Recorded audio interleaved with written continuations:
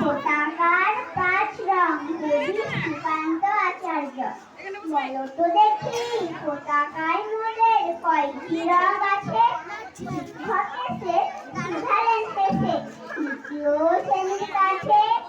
একসাথে মিলে সব ছেলে বলে চিৎকার করে জোরে, তিনটি বর্ণ রয়েছে রাঙানো জাতীয় পতাকা জুড়ে। শ্রেণীর পিছনে বেঞ্চের কোণে শিশু ছিল এক বসে। পতাকার মাঝে পাঁচ রং আছে বলল সে মৃদু হেসে। পতাকার শুনে পাখি শিশু বনে হেসে খায় লুটোর ফুটি।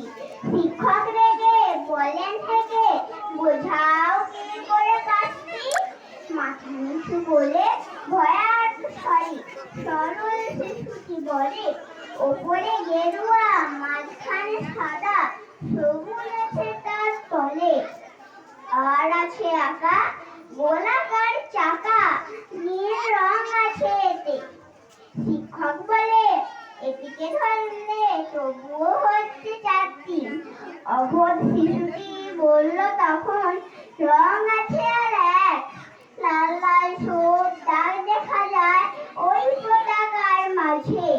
বাবাকে যখন আনলে ওরা কফিনে ঢাকা খুলে জোনানো রয়েছে দেহখানা তার পতাকার ফুলে।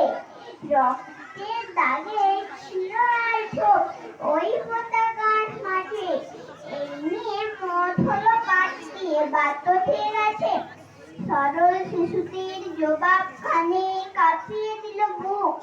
অশ্রু এলো নয়ন ধরে শুকনো হলো মুখ। আজ যারা দেশের জন্য করছে বলিদান স্বাধীনতার শহীদ সম্মুখ তাদের অমর প্রাণ হয়েছে স্বাধীন পেরিয়ে গেছে ৭০টি বছর। দেশ বাঁচাতে যাচ্ছে যে প্রাণ রাখছে কি তার খবর।